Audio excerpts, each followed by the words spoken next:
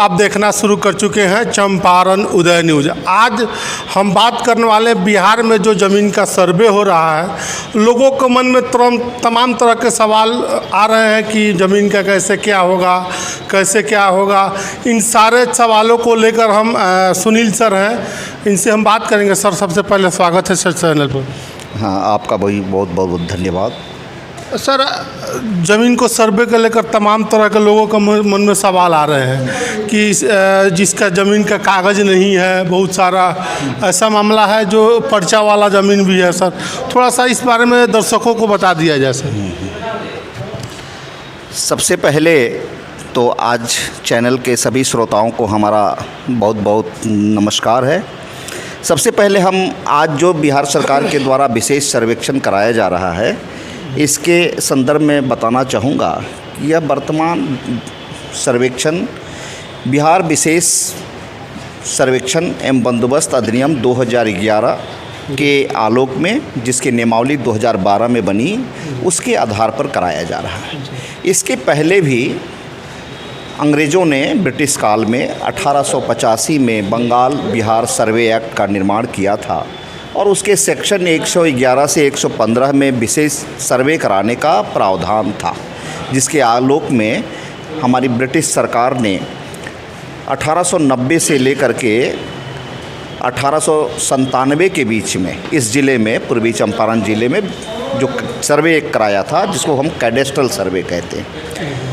इस ज़िले में 1913 से लेकर के 17 के बीच में उस कैडेस्ट्रल सर्वे का पुनः एक रिविजनल सर्वे भी कराया जा चुका है।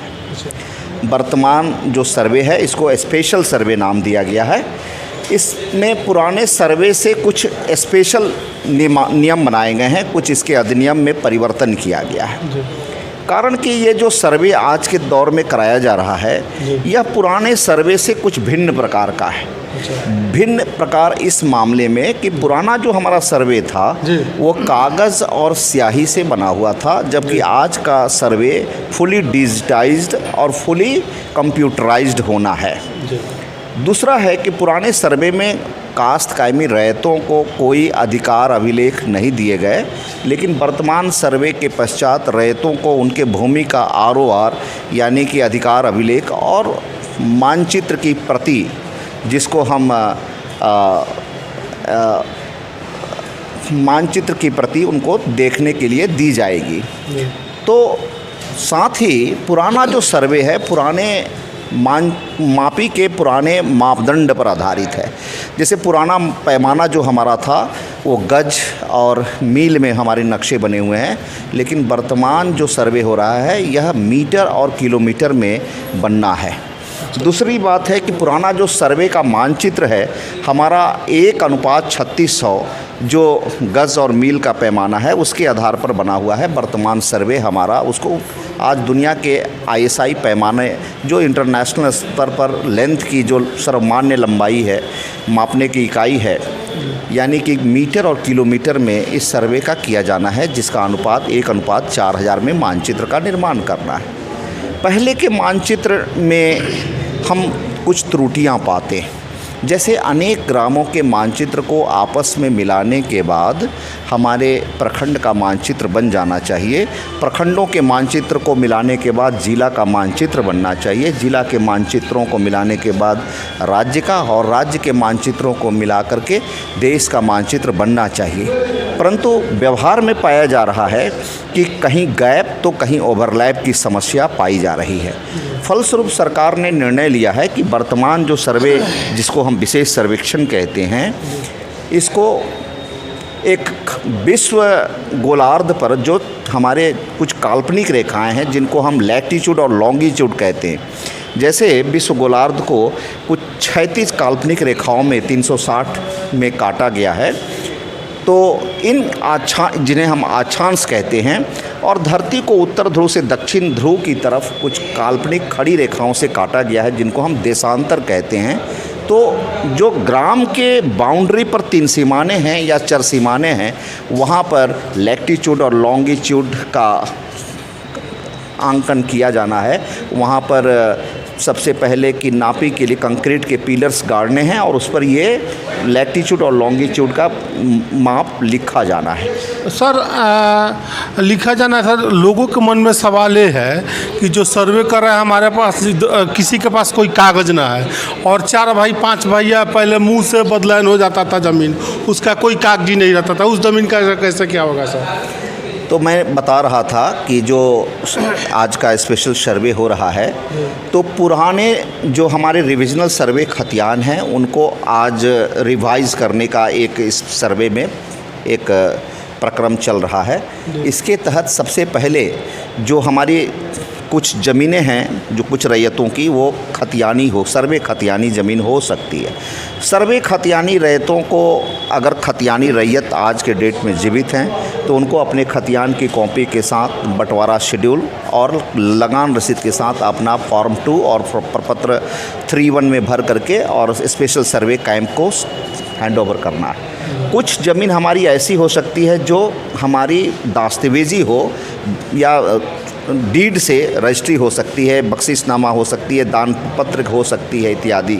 तो वैसी ज़मीनों में भी हमें लगान रसीद के साथ प्रपत्र 2 भर करके अगर उसके क्रेता जीवित हैं तो उनको फॉर्म 2 में भर करके हमको अपना विशेष सर्वेक्षण शिविर में उनको अपने कागजात दाखिल करने हैं। लेकिन अगर सर्वे खतियानी रैयत और दास्तावेज़ के लेखेधारी की मृत्यु हो गई हो, वैसी स्थिति में उन रैयतों को प्रपत्र 3-1 वंशावली का जो प्रपत्र है उसको भी भरना है। तो उसमें वंशावली के प्रपत्र में बनने के बाद एक वंशावली सरपंच से सत्यापित करा करके या गांव के किसी 2 जनप्रतिनिधियों से सत्यापित करा के आपको हैंडओवर करनी है। अगर किसी रैयत के पास जैसे कि उसके सर्वे खतियानी ज़मीन है और उसका कागजात नहीं है तो चाहिए कि जिला अभिलेखागार से खतियान की कॉपी आप प्राप्त कर लें, या ये भी हो सकता है कि आपके किसी फरीकैन के पास सर्वे खतियान की कॉपी उपलब्ध हो, या अगर किसी रैयत की कोई ज़मीन दास्तावेजी है तो दास्तावेज़ की प्रति आप रजिस्ट्री कार्यालय से आप प्राप्त कर सकते हैं। और अगर किसी रैयत के पास कोई पर्चे वाली ज़मीन है, पर्चा मीन्स बंदोबस्ती में प्राप्त भूमि, सीलिंग से अधिशेष घोषित भूमि या फिर पीपी के तहत पर्चा में प्राप्त भूमि, तो ऐसी भूमि का अगर आपके पास पर्चा भूल गया है तो अंचल कार्यालय से आपको उसकी प्रति या सर्टिफाइड कॉपी प्राप्त कर लेना चाहिए और उसके साथ लगान रसीद लगा करके आपको यहाँ अपना प्रपत्र 2 और 3-1 दाखिल करना है। लेकिन अगर किसी रैयत के पास लगान रसीद नहीं है तो भी उनके मूल जो स्वामित्व के कागजात हैं जैसे सर्वे खतियान, आपका बंटवारा शेड्यूल, दास्तावेज़ या फिर पर्चे, उसके लगा करके आप अपने खाता खोलने के लिए आवेदन कर सकते हैं। इसमें कहीं से कोई रोक नहीं है। और इस बार के सर्वे में आम रैयतों को अपने भूमि स्वामित्व से संबंधित कागजात ऑनलाइन भी और ऑफलाइन भी दाखिल करने की सुविधा है। जो जहां से चाहें वहीं से ऑनलाइन भी हमारे डायरेक्टर लैंड रिकॉर्ड्स के साइट पर उसको भेज सकते हैं। सर जो पहले सर मौखिक ज़मीन बदलान होता था उसका कोई कागज़ वगैरह नहीं बनता। आज से 50-60 साल 70 साल पहले जो जैसे यहाँ से 5 किलोमीटर ज़मीन कोई परिवार जाके बस गया और वहाँ से एक परिवार 5 किलोमीटर इधर बस गया तो मौखिक रूप से ज़मीन उधर का वो ले लिया, इधर का ये ले लिया, उसका कोई कागज़ वगैरह नहीं है, तो उस ज़मीन का क्या करना होगा सर? अगर किसी रैयत ने मौखिक बदलान किया है तो आज के डेट में आपको उसको कागज़ में प्रमाणित करना होगा। अगर प्रमाणित नहीं कर पाता है तो? अगर प्रमाणित नहीं करते हैं तो जो ज़मीन जिसके खाते की है उसके नाम से खाता खुलना है। दखल कब्जा के आधार पर देखा जाएगा कि दखल कब्जा कैसे उनका नहीं है, लेकिन आपको चाहिए कि दखल कब्जा है सर उसका आज के डेट में आपको चाहिए उसका कि एक आपसी एक्सचेंज का एक कागज़ बनवा करके एक रजिस्टर्ड पेपर, कोई भी बिहार सरकार का एक आदेश है कि ज़मीन का कोई भी ट्रांजैक्शन होगा वो रजिस्टर्ड डीड के थ्रू होगा, इसीलिए आप उसका रजिस्टर्ड बदलान करा लें तो बेहतर होगा। सर दर्शकों को जानकारी के लिए एक और चीज़, जो सर्वे हो रहा है, सर्वे से क्या फ़ायदा होने वाला है सर? सर्वे से तमाम रैयतों को जो उनके अधिकार अभिलेख कहीं भूल गए हैं या अनुपलब्ध हैं उनको नया सर्वे खतियान उपलब्ध हो जाएगा। मानचित्र जो हमारा काफ़ी पुराना है उसका एक अद्यतन स्वरूप हमारे सामने होगा। ज़मीन दादे परदादों के नाम थी, आज ज़मीन पोते और परपोतों के नाम पर है, तो आज हाल पीढ़ी के नाम पर ज़मीन का अधिकार अभिलेख बन जाएगा। और जो मानचित्र है वर्तमान धरातल के अनुसार बन जाने से बहुत सारे सरकारी प्रोजेक्ट्स में भी काफ़ी फ़ायदेमंद होगा। जैसे कि सरकारी भूमि का आज अंचल कार्यालयों से जब ब्यौरा तलब किया जाता है तो प्रायः अंचल कार्यालय में ज़मीन के विवरण अनुपलब्ध होते हैं। बहुत सारी ज़मीन कालांतर में बंदोबस्त होती गई है, लेकिन अंचल कार्यालय के पास सही इसका रिकॉर्ड नहीं रहने के कारण वो पता नहीं चलता है। और तमाम लोक कल्याणकारी कार्यों के लिए जब ज़मीन की ज़रूरत होती है तो अंचल कार्यालय ज़मीन उपलब्ध नहीं करा पाता। ऐसी स्थिति में वर्तमान सर्वे होने के बाद सरकार को अपने ज़मीन जो उसकी बिहार सरकार स्वामित्व की है उसको अपनी ज़मीन का ठीक लेखा जोखा प्राप्त हो जाएगा। साथ ही बिहार सरकार सहित केंद्र सरकार के तमाम विभागों के स्वामित्व की जो ज़मीन है उसका भी एक खाका और लेखा जोखा हम लोग के पास उपलब्ध होगा। सर पहले सर मालिकान चलता था सर, जो थे मालिकान किसी को ज़मीन दे देते थे और चले जाते थे सर, तो फिर उसको कैसे क्या करना पड़ेगा उस ज़मीन को? अगर मौखिक रूप से दे दिया गया है और उसका वो रसीद कटा रहा है या ना कटा रहा है, इस पर थोड़ा सा स्थिति स्पष्ट कर दीजिए। पहले 26 जनवरी 55 को अपने बिहार में ज़मींदारी का उन्मूलन हुआ है। 26 जनवरी 55 के पहले जो भूतपूर्व ज़मींदार हुआ करते थे जिनको हम मालिक कहते हैं, उन्होंने बहुत सारी ज़मीन मध्यवर्तियों को, जिनको हम खेवटदार कहते हैं, उनको बहुत सारी ज़मीन वृत्त में दे रखा है। चूँकि वो उनके बिहाफ में लगान वसूली का रैयतों से कार्य किया करते थे, तो वो वृत्त ज़मीन बेलगान रखी गई है। आज के दौर में वो अपने स्वामित्व का कागजात दाखिल करेंगे। बेलगान ज़मीन के लगान निर्धारण के लिए आम रैयतों को अंचल कार्यालय से लेकर डीसीएलआर कार्यालय तक भारी मशक्कत दौड़ धूप करनी पड़ती थी, लेकिन इस बार विशेष सर्वेक्षण में प्रपत्र 18 में लगान एक सरकार के द्वारा निर्धारित लगान की दर है, उसके अनुसार से लगान कायम कर दिया जाएगा, जो इसी सर्वे में हो जाएगा। समस्त ज़मीन का लगान निर्धारण हो जाएगा।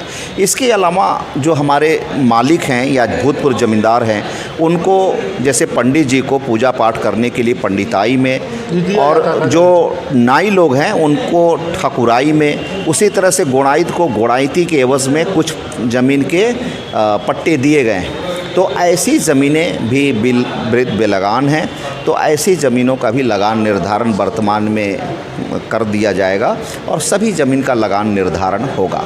इस बार के सर्वे में सबसे मूलभूत अंतर ये है कि पहले के सर्वे में जहां आम रैयतों के जो खेती की भूमि थी उसका लगान लगता था और उनके आवासीय भूमि का लगान नहीं लगता था, लेकिन इस बार के सर्वे में चाहे ज़मीन आवासीय हो या खेती की हो, भीट हो या फिर बंजर हो, ऊसर हो, रेतीली हो, सबका लगान सरकार के द्वारा निर्धारित कर दिया गया है। जैसे मकान मैसह के लिए 1 रुपया डिसमल, उसी तरह से जैसे कि खेती के लिए 75 पैसे डिसमल, और भीट वाली ज़मीन जो ऊसर ज़मीन कहलाती है उसके लिए 60 पैसे प्रति डिसमल, और जो रेतीली ज़मीन है उसके लिए 50 पैसे प्रति डिसमल सरकार ने दर निर्धारित कर दिया है।